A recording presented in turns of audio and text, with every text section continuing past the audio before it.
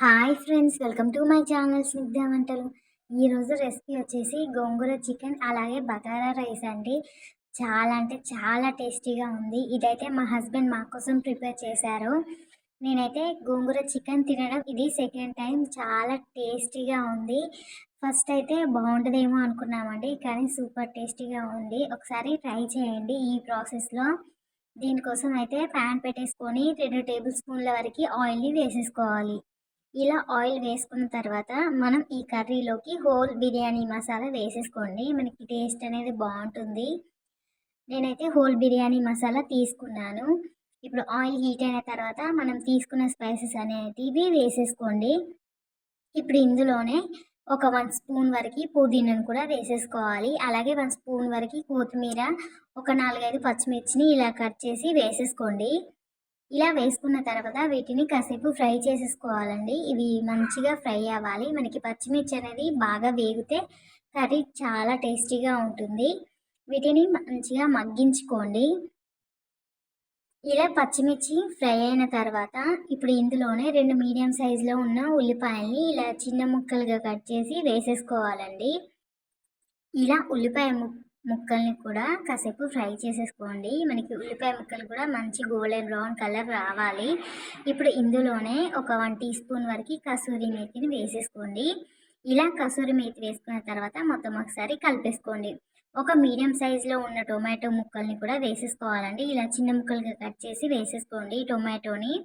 ఇలా టొమాటో వేసుకున్న తర్వాత మనం ఉల్లిపాయ టొమాటో అనేది బాగా మగ్గించుకోవాలండి. మంచి గోల్డెన్ బ్రౌన్ కలర్ వచ్చేంత వరకు మనం మూత పెట్టేసి కుక్ చేసేసుకోండి. ఇలా చూడండి, మంచిగా కలర్ వచ్చింది కదా ఉల్లిపాయ టొమాటో. ఇప్పుడు ఒకసారి కలిపేసుకొని ఇప్పుడు ఇందులోనే 2 టీ స్పూన్ల వరకు అల్లం వెల్లుల్లి పేస్ట్ వేసేసుకోండి. మనం అల్లం వెల్లుల్లి పేస్ట్ అనేది ఫ్రెష్గా గ్రైండ్ చేసి వేసుకోండి. మనకి కర్రీ అనేది టేస్ట్ చాలా బాగుంటుంది. ఇలా అల్లం వెల్లుల్లి పేస్ట్ వేసుకున్న తర్వాత మొత్తం ఒకసారి కలిపేసుకోండి. మనకి కొంచెం పచ్చివాసన పోయేంత వరకు ఫ్రై చేసేసుకోవాలి. అలాగే 1/4 టీ స్పూన్ వరకు పసుపును కూడా వేసేసుకోండి. ఇలా పసుపు వేసుకున్న తర్వాత మొత్తం ఒకసారి కలిపేసుకోవాలండి. నేనైతే ఈ గోంగూర చికెన్కి 750 గ్రామ్స్ వరకు అయితే చికెన్ని తీసుకున్నానండి.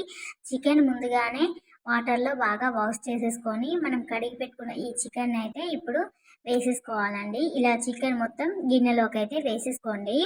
ఇలా చికెన్ వేసుకున్న తర్వాత మొత్తం ఒకసారి కలిపేసుకోవాలి. ఇలా కలిపేసుకొని మనం చికెన్ని ఒక 50% వరకు అయితే కుక్ చేసేసుకోండి. ఇప్పుడు చికెన్ కుక్ అయ్యేలోపు మనం ఇంకొక ప్యాన్ పెట్టేసుకొని 1 టీ స్పూన్ వరకు ఆయిల్ని వేసేసుకొని ఒక 2 కట్టల పాటు గోంగూరని అయితే వేసేసుకోండి. నాకైతే ఇలా చిన్న కట్టలు 2 వేసేసుకున్నాను. ఇది మంచిగా దగ్గరికి రానివ్వండి గోంగూరని. ఇప్పుడు మనకి చికెన్ అయితే 50% అయితే కుక్ అయిపోయింది కదా.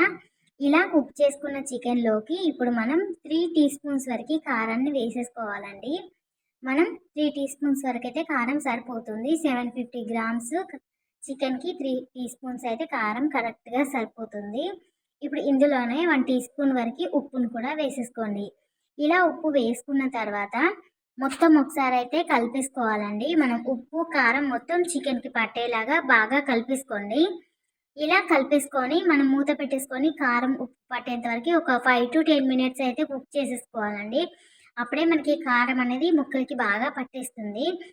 నేనైతే ఈ చికెన్ ఇందులో ఎక్స్ట్రా ఏం వాటర్ యాడ్ చేయలేదండి. వాటర్ లేకుండా జస్ట్ మనం చికెన్లో వాటర్ ఊరుతుంది కదా, దాంతోనే కుక్ చేసేసుకున్నాము. చాలా బాగా వచ్చిందండి కర్రీ మాత్రం. ఇప్పుడు ఇందులోనే 1 టీ స్పూన్ వరకు గరం మసాలా, అలాగే 1 టీ స్పూన్ వరకు ధనియా పౌడర్ వేసేసుకోండి. ఇలా వేసుకున్న తర్వాత మూత పెట్టేసి ఒక 2 మినిట్స్ ఫ్రై చేసుకుంటే సరిపోతుంది. ఒక 2 మినిట్స్ మనం కుక్ చేసుకున్న తర్వాత మనం ముందుగా ఉడికించి పెట్టుకున్న గోంగూర పేస్ట్ అయితే ఇందులోకి వేసేసుకోండి.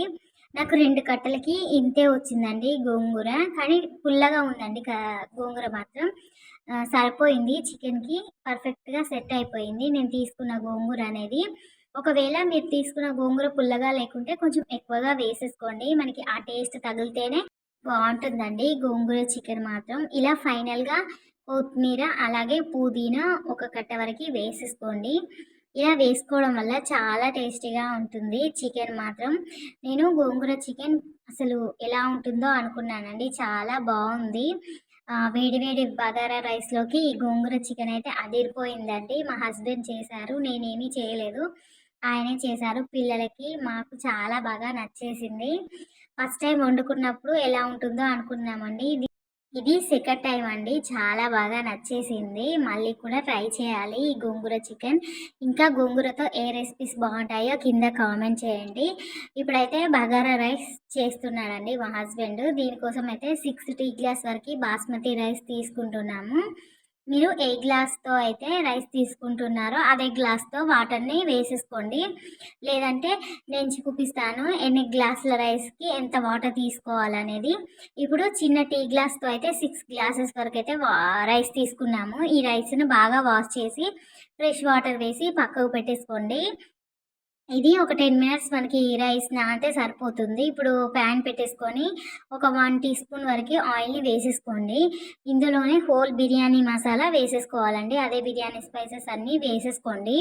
ఇలా స్పైసెస్ అన్నీ వేసుకున్న తర్వాత ఒకసారి కలిపేసుకోండి. ఇప్పుడు ఇందులోనే 3-4 వరకి పచ్చిమిర్చిని కూడా వేసేసుకోవాలి. ఇలా పచ్చిమిర్చి వేసుకున్న తర్వాత ఒక క్యారెట్‌ని కూడా ఇలా రౌండ్‌గా కట్ చేసి వేసేసుకోండి. మనకి పచ్చిమిర్చి, క్యారెట్ కొంచెం వేయించుకుంటే సరిపోతుంది.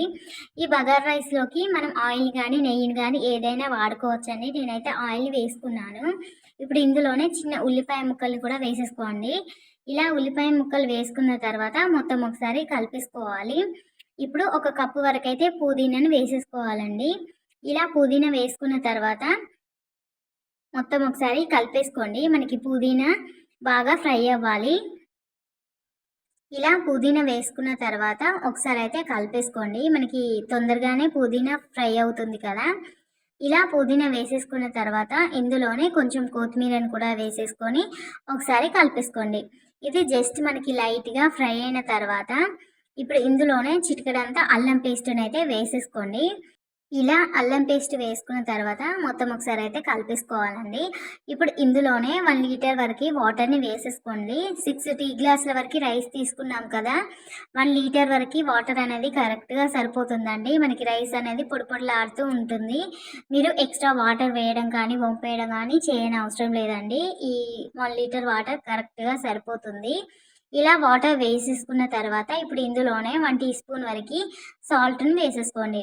ఇలా సాల్ట్ వేసుకున్న తర్వాత ఒక 5-10 మినిట్స్‌కి మనకి వాటర్ అనేది రోలింగ్, బాయిలింగ్ అయిపోతుంది కదా! ఇప్పుడు మనం ముందుగా నానబెట్టుకున్న బాస్మతి రైస్‌ని అయితే వేసేసుకోవాలండి. ఇలా రైస్ వేసుకున్న తర్వాత మొత్తం ఒకసారి కలిపేసుకోండి. ఇలా రైస్ వేసుకున్న తర్వాత ఫస్ట్ హై ఫ్లేమ్‌లో పెట్టేసుకొని ఒక 5 మినిట్స్ కుక్ చేసేసుకోండి. తర్వాత మీడియం ఫ్లేమ్‌లో అయితే మనం రైస్ కుక్ అయ్యేంత వరకి కుక్ చేసేసుకోవాలి. మనకి వాటర్ అనేది పట్టకుండా మంచిగా పుల్లలు పుల్లలుగా అయిపోతుంది రైస్ అనేది. మీకు నచ్చితే పైన ఫుడ్ కలర్‌ని కూడా వేసేసుకోవచ్చండి. నేనైతే ఫుడ్ కలర్ ఏమీ వేయలేదు. రైస్ అయితే చక్కగా ఉడికిపోయింది. గోంగూర చికెన్ అలాగే బగారా రైస్ అయితే రెడీ అయిపోయిందండి. టేస్ట్ చాలా అంటే చాలా బాగుంది. మీరు కూడా ఒకసారి ఈ ప్రాసెస్‌లో అయితే ట్రై చేయండి. మీకు కూడా కంపల్సరీ నచ్చేస్తుంది. ఈ వీడియో నచ్చితే లైక్ చేయండి, షేర్ చేయండి. అలాగే నా ఛానల్‌ని సబ్స్క్రైబ్ చేయండి. Thank you for watching. Snigdha వంటలు.